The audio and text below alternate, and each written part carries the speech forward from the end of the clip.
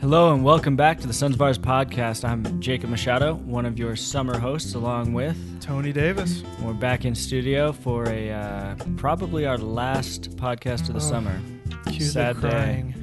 I never got the soundboard in, so we don't have the crying sound effect. If anything, that's just more reason that we should keep doing this podcast. Yeah, we'll have to put in a budget request to Paul for a nice MIDI soundboard. Yeah. Get the applause and the tears and the claps. Exactly. Yeah, if you listen to the podcast that we did with Paul about seminary finances, maybe we can fit that in there somewhere as well.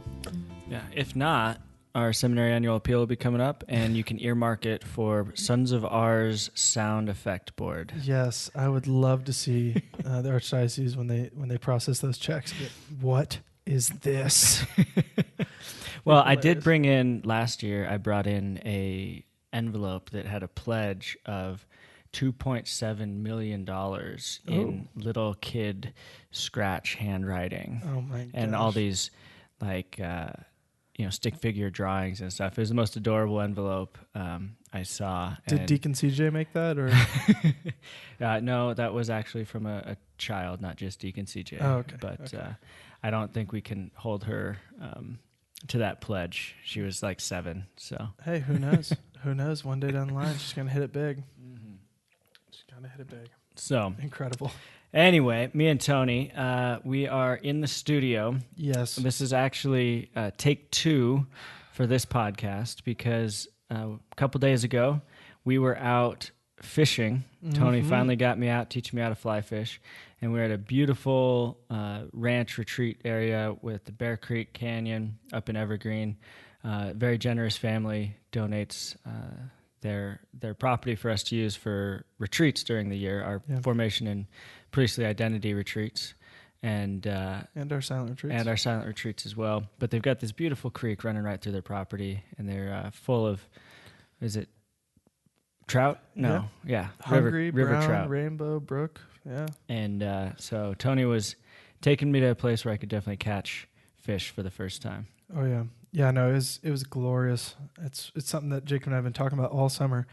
And we finally got out there, and our plan initially was, I was going to teach him a little about fishing. He could experience, fishing, and he would fall in love, and then I'd have a fishing partner.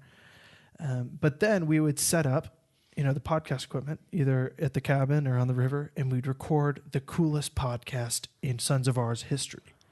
We had a huge vision for it. It was going to be the best thing ever. Yeah. But we had some technical difficulties. Yes, as in I deleted the podcast on purpose because it was so bad. It was awful. We'd just been fishing for, a couple hours at that point. Yeah. And we were just tired.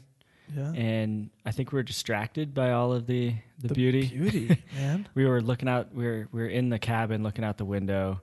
The creek was running by, the trees were out, quaking in the wind. And a bald eagle flew down and caught a trout and then screeched the Star-Spangled Banner as it flew away. Yeah, 100%. It was beautiful.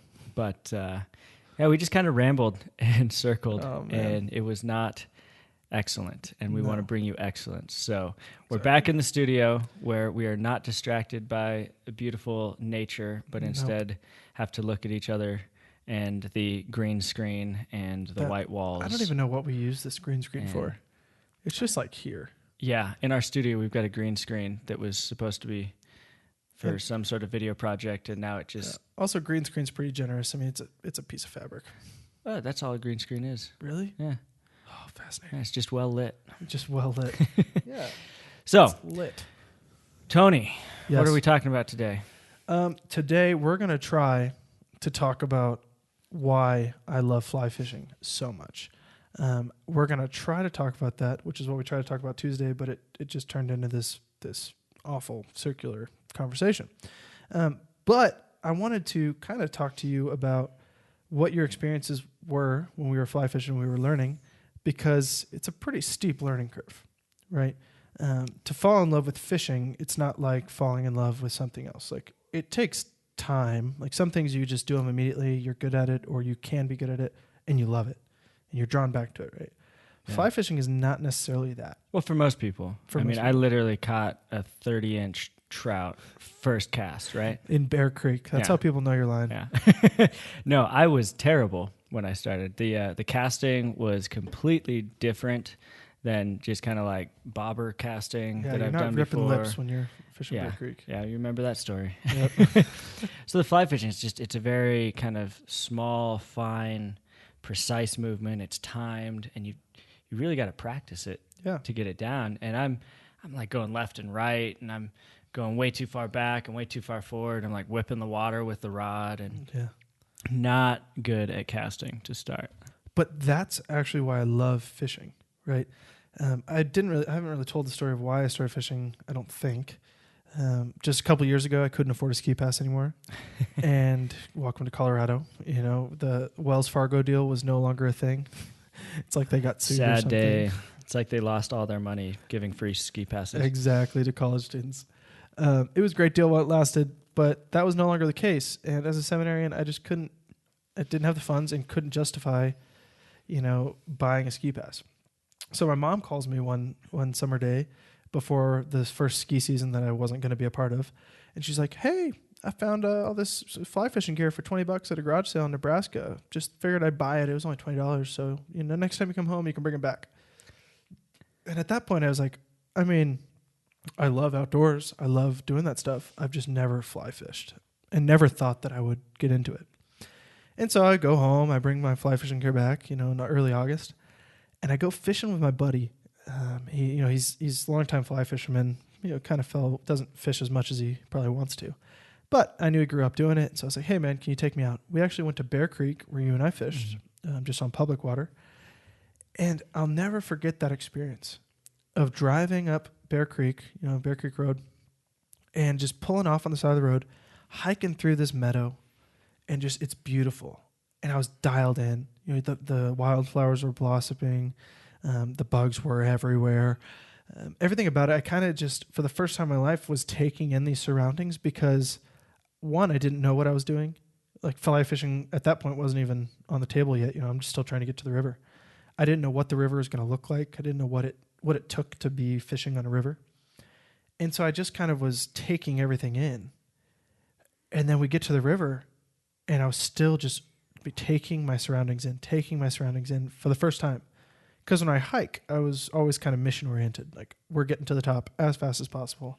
One of my friend's favorite sayings when we're hiking is, "Don't forget to look up." Yeah. Right? You can look at your feet the whole time and just trudge through and walk as fast as you can. Exactly. All of a sudden you're at the top of a mountain and you're like, "Oh, wow, I walked through all of that." Exactly. And we forget, to kind of take in our surroundings. We forget to be present in the moment, because a lot of times activities can distract us from that. And so fly fishing was the first time that, like, one of the biggest aspects of the activity is taking in your surroundings. I had to read the river, which I didn't know what that meant at the time, but he's telling me all this stuff. I had to get to the river without scaring away all the fish. So I had to be careful in my approach. Then I had to not screw up the cast, and I had to get my fly in the water and present it perfectly. But that first experience, I'll just never forget it because of that aspect of I had to be present to where I was at. And I just fell in love with that. My pace of life here in the seminary, it's a lot slower than my life used to be. My life, in college especially, it was always go, go, go, mission oriented. I'm always doing something new specifically, and trying to push the limits. Well, I get to seminary, and I'm sure you remember what this is like. You get into SY, and it's like, "So what are we doing today?"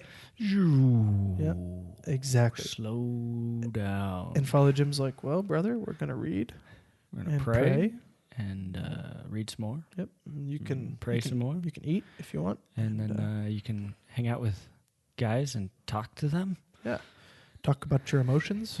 No, that's kind of an exaggerated effect, but like, your life really does slow down, and it's necessary for discernment. It was necessary for my life. It changed my life completely. Having a year where I just had to slow down, change how I viewed the world and God, for that matter. And so my pace of life in seminary ever since then it's kind of picked up a little bit, since that's why, I now have my phone and internet all the time. So it's not like I'm completely separated, but I still live a slower paced life. Mm-hmm. I'm not always pursuing this adrenaline or this stimulation. And so fishing kind of coincides with that. It's a lot slower paced. Yeah. You can, go to the river and pursue the biggest trout or whatever, but that's not really why I got into fishing. I got into it because it was $20 and then another whatever 40 for a fishing license. So like I just got into it by chance and ended up falling in love with the pace. I always idolized the movie A River Runs Through It. I loved that movie growing up. I still love that movie. Now even more probably. Exactly. And one of the main things about that movie is just kind of the art, the beauty of fly fishing and how it really does get you out of your day-to-day life. But what I found with my slower paced life in seminary is that fly fishing actually didn't separate me from my life. It just furthered me deeper in this slow pace. And that sounds negative, but I say that in the positive sense, like this slow paced Christian life of, not that, Christian life is boring, but just in order for us to grow closer to God, we do have to kind of step back. I'd say not necessarily even slow pace, but contemplative. Contemplative is a better way to say it, because slow pace, you're kind of like, oh, kind of lazy, boring, lethargic, boring. Yeah. But contemplative, to be present to where you're at, to be present to the sacramentality of the world around us that God has created, has put us here, whatever the activity may be, to be contemplatives in the world. Yeah. And fly fishing is an avenue that you've experienced that. Yeah. Thanks for saving that, because I was trying to get away from that word, but I couldn't think of it, right? Because when we describe like missionary activity, like Francis Xavier had a huge effect on me in college, I would never describe his life as slow paced. Yeah. But he was contemplative. He spent a lot of time walking in between villages in India, right? To go, evangelize the tribes and the people of India. And so like his life was very contemplative. It was also one of the most adventurous, stories you can read about Christian evangelization. And so what I found is that fly fishing really did lead me into a deeper contemplation, not only of the world and the beauty of this world, but as it was truly intended to, it brought me to deeper contemplation of God, right? Because a lot of times we see God in his beauty. That's one of the biggest gifts I think God gave us is the beauty of this world. Yeah. Whether that be in nature or in humanity or whatever it is, when we see beauty, we're attracted to it. We're drawn to it. And I was totally drawn, totally dialed in to the beauty of God in the water, in the fish, in the whole experience of fly fishing. So that's one aspect that I just fell in love with. Didn't matter if I was catching fish, because for the first 30 times I went, I didn't catch any fish. Yeah, that's why I was glad to have Tony with me. Yeah. He could tell me there's fish right there. You can't see them. You won't be able to see them, but I guarantee you there's fish right here, because he's learned how to read the river. He's learned how to, read the signs. He knows where the fish like to be at this time of day in the stream or in the river. And I was able to catch a couple fish. Yeah. And we got out of the car and we, as a generous term, Tony is getting the rods ready and the flies ready, and he's kind of offhand. He's like, "Yeah, we're gonna get you a fish today," and I was like, "Great, really? If I can get the form down, if I can learn how to fly fish, I'll be happy." Because I wasn't expecting to catch fish. Like I know it's tough, and you don't know where the fish are, and my first time, like I'm expecting to strike out. It's God. But that kind of freedom to be able to say, you know what, whether I catch fish or not, this is cool. This is a great experience. And fly fishing, it is the analogy Tony kind of gave me for how to get my speed of my cast was a metronome. And I played music, I played violin growing up. And so I understand the metronome and kind of like staying in rhythm and I'm still not that great at it, but, with violin or with fly fishing, but to stay in rhythm. And just kind of have this. Yeah, it's a peaceful, rhythmic kind of reality, and it's actually very similar to prayer when you're actually dialed into prayer. Yeah, not just kind of there sitting, but if you can just go into it with, I'm gonna learn the technique. Yeah, then catching the fish or not. It's just a sweet experience. Yeah. And I did get the bug. I got hooked. Yeah, as they say. There's no way to talk about fishing without making a bad pun. That pun. But I asked Tony, I was like, "Oh, Tony, like how much is a good rod?" And then the number he threw out there was like, "Okay, can I get by with a bad rod?" Yeah. And he's like, "Yeah, totally." Yeah. 100%. But yeah, it's just one time out. I'm like, "Yeah, I'm looking forward to doing this again in a couple weeks on our seminary camping trip." Yeah. which was designed so that we could fish. I was a little selfish in that. But just to kind of dial a little deeper now into my love and why it's changed my life and formed me over the past few years in the seminary specifically, because I'm a man, I struggle with patience. Growing up, my dad throughout all my family knows it. He was just super impatient. And I got that from him. I'm very impatient with not only myself, but with others, situations. If I could do it better, then I'm just not going to give you the time. I'm just going to fix it and I'm going to do it. And a lot of times I lack charity in that. And, I'm working on that because no one wants an impatient priest, right? And Jesus was not impatient. There's only a few instances where someone could even accuse him of that, and he was justified, rightly so. So fly fishing, it formed me in this patience, this school of patience, because when I went, I was awful the first few times, and I was too prideful to ask for help. So after I went my first time with my friend, and he showed me Bear Creek, I went 30 other times by myself because I was ashamed to be bad at something. And so I got a few tips from him, and then I'd talk to people who knew how to fly fish, and they'd give me a few tips, and then I'd go and I'd practice by myself. But what that looks like when you don't have someone there to help you, correct you in the moment, teach you the trade, I got hung up on every tree possible. I've tied every knot possible and got tangled every way possible. And I'm sure people who fly fish are laughing. They're like, huh, just when you think you've tangled the worst tangle you've ever seen, you'll get a worse one, right? It's really easy to get all tangled up in your line. And when that happens, you have to start over. Or you can either spend an hour trying to untangle it and then start over, or you can cut it and start over. You kind of have to know if you can get it out or not. But it takes patience, because the second that happens, you get frustrated, you get annoyed, your hands are cold because it's the winter, if you're fly fishing in the winter, when I was. And you're like, well, I'm already here. I can't quit. I have to go again. I have to start over. And so it took this time period of forming myself in patience, perseverance, and hope. Hope that one day I would get a good cast. Not even that I would catch a fish. Just hope that one day, I could learn this form, right? I know it's attainable. I have certainty of that. And maybe I can't see that right now, but I have faith and hope that one day it's attainable and I will attain it. And so fly fishing really formed me in kind of those three virtues of this kind of like faith, hope, and fortitude or perseverance that I struggled with all my life. Yeah. I lose hope very quickly.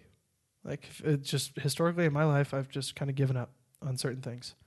It gets tough or you're not instantly good at it. Yeah. Yeah, I'm out. Yeah, because I'm one of those people, there's a lot of guys that are like this where it's like, what you're good at and you're going to do it because people know that you're good at it. And it's kind of this pride mentality. Yeah. It's with, I think, men anywhere, but particularly young men. Just kind of a general, I need to prove myself to the world and everything. So, but because of that, we don't want to do anything that we're not great at, that we're going to potentially fail at. Because I want to be projecting success and ability constantly. And so I resist anything that I'm not going to be quite good at. Yeah. And then it's just kind of like a two-dimensional life. Yeah. And I think we can take that into the spiritual life too, where I don't really know how to pray, so I'm gonna just lock into this one area of service that I can do. Or I'm very intellectually gifted, so I'm just gonna dive into scripture studies, but I'm not really gonna go deeper with impactful prayer of that in my life. With my heart. Or maybe I am. I really do pray well, and I've got a kind of a knack for going to the holy hour and praying well, but it's not necessarily overflowing into evangelization or loving my brother next to me. Yeah. And I can totally see in my life, when it comes to the spiritual life, I'll do the things I'm good at, and I'll resist the things that I'm not. Yeah. And so community building and networking with people and getting groups going, and love it. It's absolutely fantastic. Sitting still, learning how to pray, super tough. Yeah. And so for a long time, and even still, there's some resistance of that. But I want to be open to whatever God has. And it's this type of lesson that I can learn from the world, from fishing, from having a mentor lead me in fishing is the same as, having a mentor lead me in the spiritual life, having a director, having brothers walking beside me who have different talents and can point out, like, they can read the river of life and point out where the fish are going to be and help me out. Yeah. And there's something that, I've been praying a lot ever since I fell in love with fishing and why God, Jesus chose fishermen. A lot of his, four of his apostles.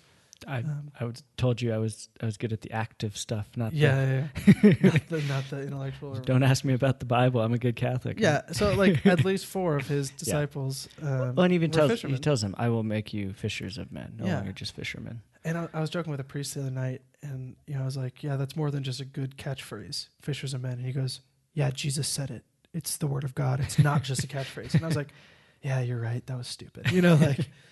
Jesus doesn't have catchphrases. He has words of salvation. Yeah. He has words of everlasting life. But there's got to be a connection between why he chose these men, one of whom was the first pope, and one of whom led our church, and is the foundation, the rock in which we are built, our faith is built on. But he was a fisherman. And why is that? There's a huge parallel between fishing in rivers and fishing in lakes. Specifically with nets as they were doing, and that's that you will toil like they did in the gospel. You toiled all night. It's not that they were just blindly throwing nets out in the lake, in the Sea of Galilee.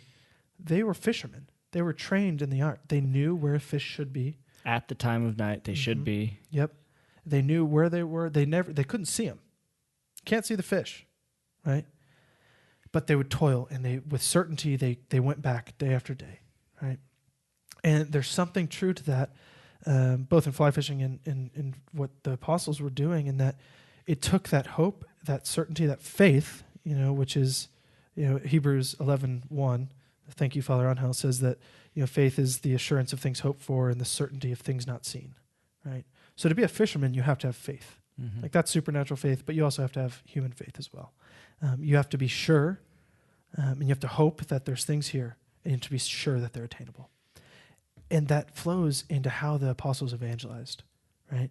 They went to the ends of the world, like Santiago, St. James, literally preached to the end of Spain, Finisterre, which they thought was the end of the world at that time.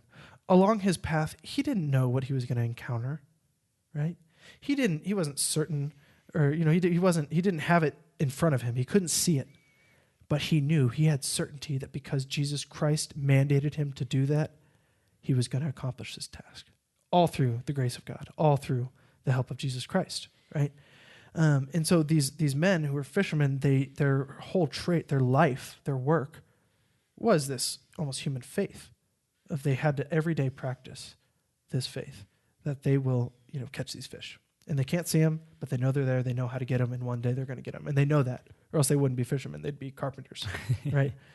And so for me, it's really affected me, like, when I'm fly fishing, having that hope and that faith, like, I have to know that if I'm doing everything correctly, and there's days, just like in the spiritual life, where I'm not going to catch fish, right?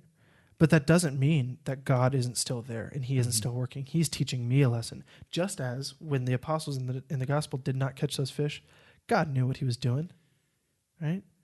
He knew that he would then perform that miracle. Hey, cast into the deep. Yeah, but that's not where the fish are. Yeah. Lord, we know what we're doing, right? And he said, no, I come to make all things new, to misquote, out of order. But he did, he said, no, let me teach you. And that's the kind of the difference between an arrogance in your own mastery versus a living within the proper structures and then listening to the voice of God. Yeah, great point. The small whisper of the Spirit, or maybe it's more profound, and you just have this certainty and knowledge of this is what I've got to do. That doesn't come every day. Mm-hmm. I don't know if you've had this experience fishing, but kind of the image that's coming to mind is, you're fishing, and then you're like, you know what? Day's almost done. I'm striking out, but last cast, and I'm just going to go there. Like, doesn't really look like the best place, or it's a different place than where I was looking. I'm just going to throw it in, and then you land it, you land your fly super well and something bites immediately. Yeah. But just this perseverance as well as that hope, but being within like this structure works too. And you said something like, it's not about a legalistic rule following of if I do this perfectly, then I will definitely always catch a fish. No. And that's not how the Christian faith is either. It's not, we can't earn our own salvation by doing everything legalistically perfect. But we follow the word of God. We follow his teachings on life. And so when we're following the quote unquote rules, we're doing what we ought to do so that we're able to receive the graces of God more fully and more abundantly. I could be fishing with the wrong end of the fishing rod and I'm never going to catch a fish. Yeah. I'm free to do that. Yep. But I'm not following the quote rules of fly fishing and I'm not going to catch a fish. Yeah. But if I learn the precepts, if I learn the rules, I'm now in this place where I can have that hope. Yeah. And that surety, that assurance that maybe not today, maybe not tomorrow, but there's an assurance of this is the right way to be doing it. And I'm in a place where I can catch a fish. Yeah. And that doesn't restrict you from creativity, from ingenuity, from living your life. If we're going to talk about the spiritual life, like just because you're following the teachings of Christ doesn't mean you're not free. We've talked about this before on the podcast, right? If anything, like you are more free now because you know the parameters in which you desire to follow the Lord and to attain your salvation. Like you are free to create with God in your life, in whatever you're doing. Yeah. And that's also like when you're fishing, like you said, like there's sometimes where I'll just, at the end of the day, I'll be, Lord, I haven't caught a fish all day. Help me out here. Like, I just want to fish. That's all I want. Please, Lord, give me a fish. And I'll have some awful cast into some dead water that I would never have casted because there's not a fish. And without fail, I'll get like the smallest fish I've ever caught every time. And that just goes back to, you got to specify your prayer. Like, Lord, give me a big fish. But in that moment, I'm kind of breaking the mold. I'm not following the rules that I've set forth. But I'm also still playing the game. I'm still casting that fly. I'm still doing my part, right? And I'm not in control. So that fish was a gift, right? Just like in our life, the Lord can do incredible things. He can give you incredible gifts that otherwise, you would never have expected, right? So the Lord can, pull somebody who's in complete mortal sin and separated from the church. He can perform a miracle in their life and bring them back. We would say that's against the rules. They were in mortal sin. They can't. How did they receive That's that? not how it works. It wasn't A to Z, Exactly. And it's like, no, like the Lord can do all things, right? And so, but I'm not going to rely on this kind of like, oh, well, I'll do whatever I want. And then if the Lord wants to, he'll perform this miracle. It's like, no, like he gave me his word, his life. So it's my duty to follow that. Yeah. Because I want that salvation. And I know that what he has promised can come to fruition in my life, right? I just have to follow him. Yeah, one of the best analogies of this I actually heard was from Bishop Barron, and he was talking about when he was learning French as a language.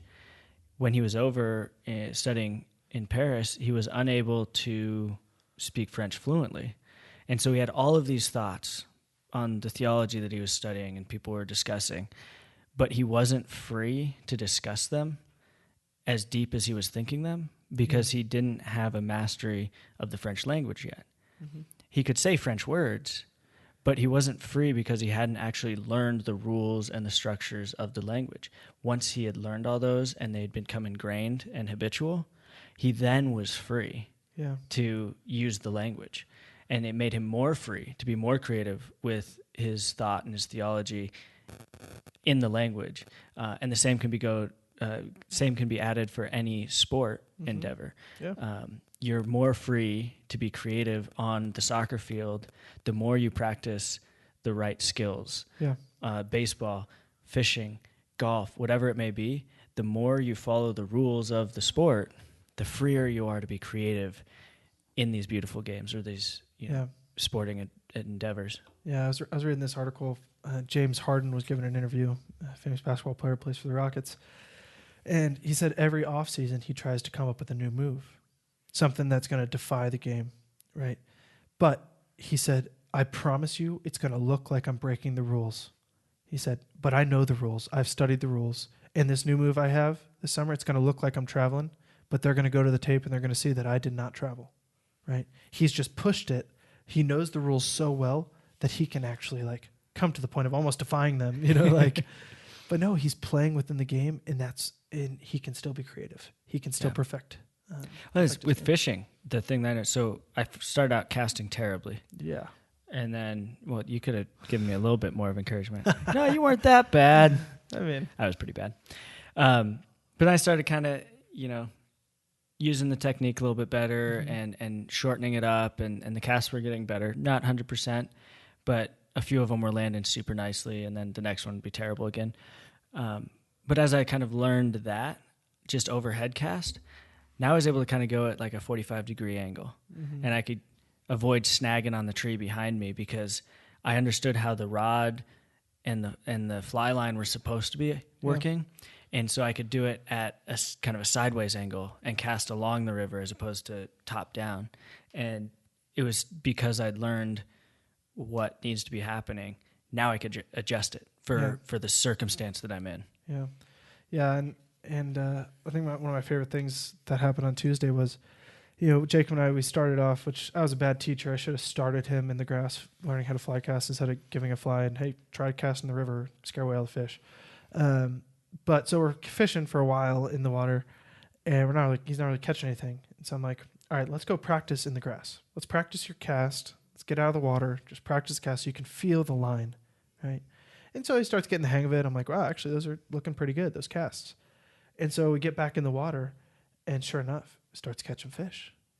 And then sure enough, I'm like, hey, cast right over there. He misses it first time. Second time, hits it perfectly. What happens? Biggest fish we caught right there. Because he had a good cast. He had practiced the rules. He had made a mistake. He had corrected himself. And then boom, huge fish. Yep. Right? What a gift that was. In general, I think I was more excited than he was. I'm like on the bank, like freaking out. It was big enough that Tony had to jump in with his net to grab it, and had a little bit of fight with it. And it felt pretty good to catch, but of course I've got to play it cool. Yeah, this isn't that exciting. I've done things like this before, But inside I'm like, this is awesome. I was so jazzed, but I mean we're kind of killing this analogy, which is probably not bad, but it's just like a beautiful thing whenever and this is why I love fishing. Like, I'm not expecting. I don't call it catching, I call it fishing, but I still know how to do it. I'm learning. I don't want anyone to have this illusion that I'm like some master fly fisherman. Every day I'm learning. I'm actually going next week to hang out with a buddy who's an incredible fly fisherman, and I'm excited to learn from him, right? Because every day, every time you go, you learn something new, and you have to keep growing. So like I know that creek, but that doesn't mean I know every river, and I don't. I struggle in a lot of places. And so that's just a slow process, and that's one of the draws of it is just like our faith, you're never going to master fishing. You can't control the fish. You can't control the rivers or the conditions. Yeah. Right. I think what just strikes me now is you talked about perseverance and hope. What was the third one? Faith.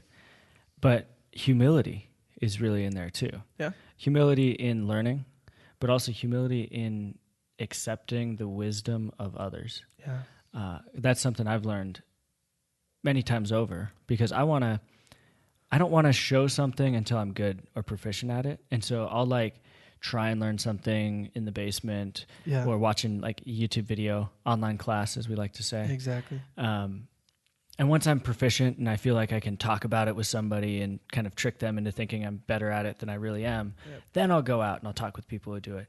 Whereas that learning process, just like your learning process to fish 30 times after you had one mentor, was painful. Yeah. But me going out with you, I'm able to catch 3 or 4 fish in one day because I'm listening to your mentorship. I'm adjusting to your corrections. I'm casting where you tell me to cast. And all of a sudden, what I couldn't have done alone, I'm able to do because I have a mentor, somebody to teach me, a coach, a leader, a director, spiritual director in the spiritual life.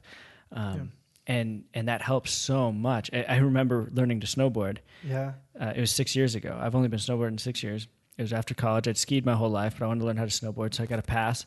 And I'm up there the first day, and I'd watch YouTube videos. Of course. Totally different than doing it. But I'm like, oh yeah, totally. I understand this, and I understand the physics of skiing, so snowboarding can't be that different. Yeah. And I'm just on my butt All day long. And I go with a friend the next time, and just a few little tips get me up on my heel edge, and I'm able to get down the mountain on blue runs. Mm-hmm. Heel edge. I'm not learning how to turn quite yet, and then I can start working on the turns. But having a coach or somebody who has done it before can point out, hey, you're close, but this is where you're messing up, goes such an incredibly far way. And again, just as you see, we're analogies between spiritual life, between recreation pursuits. There's just so much in common here. Yeah, and that's one of the biggest gifts in the church is the communion of saints. And the saints, the history that we have in the church of these men and women who lived this virtuous life, who lived our faith to such a heroic degree that the church saw it fit to canonize them saints, right? And many of them, all of them, if they're a saint, like most of them, we are going to have either writings or stories or lives, biographies, whatever it is about them that aid us, that mentor us, that teach us how to live our faith, right? Why would we want to go through this life without that gift? Yeah. Right.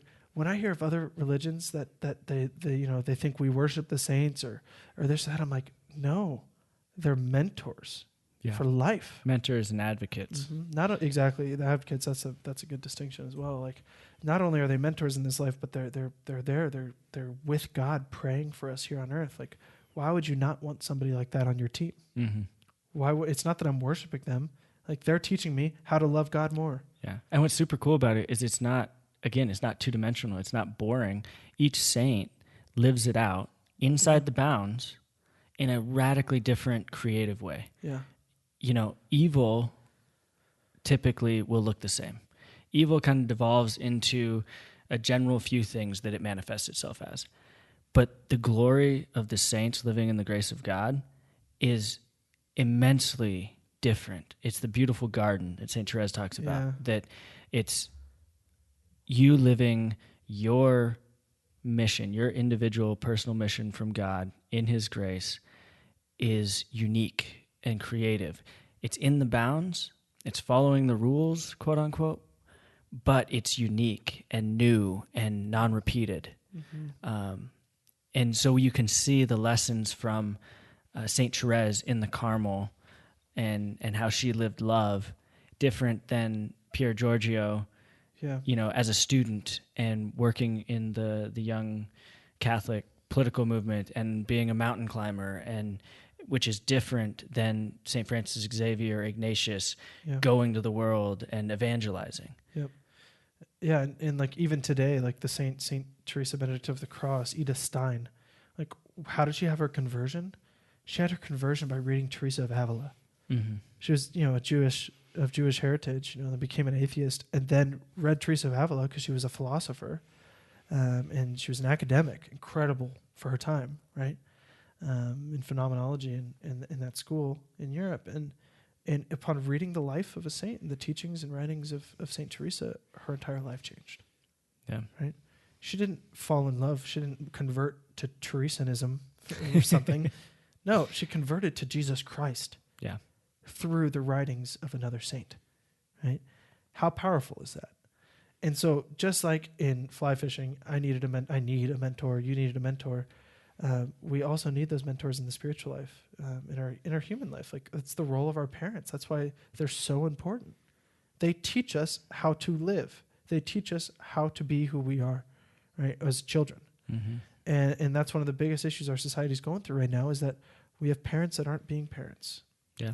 We have people that don't think they don't value this mentorship, they don't value this education, in the world of virtue or even in just the human life. And so no wonder we've got all these problems. No wonder because we've got a bunch of people trying to reinvent the wheel, right?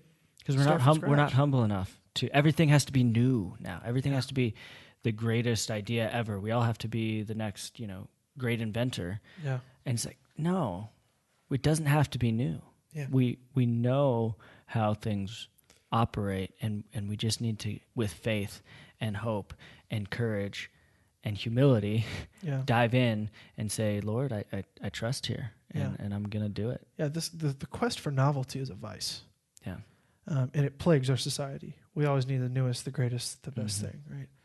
That's a vice. Right? It holds us back from loving God, right? Because God is the one that makes things new. God is the one that renews us every day, to where if you want something new, start praying, right? Because your life will change every day. Every day you will live closer to God. Therefore, it will be new. Therefore, you will be fulfilled. Yeah. Right. And I think as we're wrapping up on time, I think that leads to another good point of, me and Tony have learned a lot in our life from both successes and failures in our recreation activities or our athletic pursuits or our interests in life, that, God is sacramental. Everything he has created points back to him. So whether it's just using our body in sports or learning virtues on the playing field or learning fly fishing or skiing or snowboarding or biking or whatever it may be, there's so much to learn of ourselves and our humanity, but also of God, of his generosity and his creation. But it's not pursuing adrenaline or success or fame or fortune or just any of these things that are kind of like secondary. If our life isn't first ordered to God and the glory of God in all things, our pursuit of these other things will actually become distorted. Yep. But these things, if God is our end and our focus, these recreation activities can be incredibly resting and rejuvenating and bring us closer to God and teach us about prayer and teach us about ourselves and teach us about humanity. Yeah, the humanity that Christ himself lived, And I just have one little story I want to share from this, but I grew up in Colorado. I love the mountains. I love hiking. We get it. You're a native. Yeah. Oh, give him the sticker. But I just kind of, there's a sense sometimes of like achieving outdoor kind of stickers. Yeah. We'll call it. It's like badges. It's the same. I have the 26.2 or whatever bumper sticker on, or I checked off every single 14,000 foot mountain, or if it's being done to say, look at all the things I've done, it's not a good reason. Yeah. But if you really enjoy them, if they empower you and teach you and you learn about yourself and God, like I said, they're great endeavors. Yeah. I was out with a group. We were on a kind of week-long trip, and we'd already climbed one of the 14ers out here in Colorado, 14,000 foot peaks. And 2 days later, we were going to do another one. And I'd stayed up a little bit too late the night before. I'd been drinking beer, some whiskey, and I woke up at 4:15 or 4:30 to get ready to go on this early morning hike. And as soon as I wake up, I'm just like, I'm tired. I'm probably a little dehydrated. I don't really want to go do this 6-hour round trip hike up 14,000 feet of elevation. And my very next thought was, well, if I don't do this, what will everybody else here think of me? And I was like, my next thought after that was, this is the dumbest thing you've ever thought. Yeah. It doesn't matter what they think. Like, vanity of vanities. You're not in a place where you feel confident and healthy in hiking. You don't have a desire to do it. Yeah. Stay back. It's okay that you don't. Exactly. Yeah. And it was fine. Everybody else was like, oh, cool. Like, whatever. We're going. Have fun on your day. And I ended up staying, and I read on the patio of this cabin we were staying at. There were 2 other people that stayed back. We went to this like little meadow hike lookout with these beautiful views of the mountains, and it was the day I needed, and it led me into contemplation and prayer in that way. Yeah. The rest of the group went on the hike, and they had a good hike, and they had different experiences. But if I had gone on that hike, it would have been purely an exercise in vanity. Yeah. Purely I can do this too, and I want to not really, but I'll do it. Yeah. And if that's my reasoning for doing something, it's not recreation. It's actually going to wear me out and tire me down. And I'm not growing in hope. I'm not growing in humility. I'm not, maybe a little bit in perseverance, but it's disordered. Exactly. Yeah, which doesn't make it good, right? So from that, just want to encourage you guys all to look at the world with that sacramental view, to look at that world that God wants to speak to you in whatever it is you're doing, whatever your interest or your hobby is. But at every point in every day, he wants to speak to you and lead you into that contemplation that Tony's found through fishing, that maybe I'll be finding more through fishing now. But I find through biking or hiking or snowboarding. But just kind of having that focus on our final end, which is unity with God, right, in heaven. We have to have that as our focus for everything we do in our life. And so I encourage everybody to just kind of analyze what they're doing and refocus yourself, right? Start with a prayer. You know, that's a good first step. If you're going to go, I don't know, to a concert or go fly fishing or hiking or whatever it is, like start with a prayer. Center yourself on God and then stay with him throughout your day, throughout your activity, and see where that takes you. And you'll discover incredible things. And maybe you'll discover that you need to make some changes in your life. Who knows? Yeah. But I think if you do discover that, don't be afraid. Yeah, exactly. God desires for us to be with him at all moments of the day, at all times, and in everything that we're doing. So that's the beauty for me of fly fishing, is that I've discovered that, and I can be with him at all, throughout the entire day. And that's the beauty of our Christian life, is that that's an option for me. I don't have to put him on. I don't have to take vacation from God just to go fishing. I do that with him and through him. So. What a gift that truly is. Yeah, well, thank you for sharing a little bit more about fishing, a little more deeper understanding of why you love it so much. Yeah. And thanks for taking me out a couple days ago. It was fun. Look forward to it. Yeah. If anyone else wants to take us out, they can email us. And we should probably set up like a Sons of Ours email or something. I don't know. Maybe. Cool. But thanks for listening, sticking with us all summer. We know it's been a little sporadic.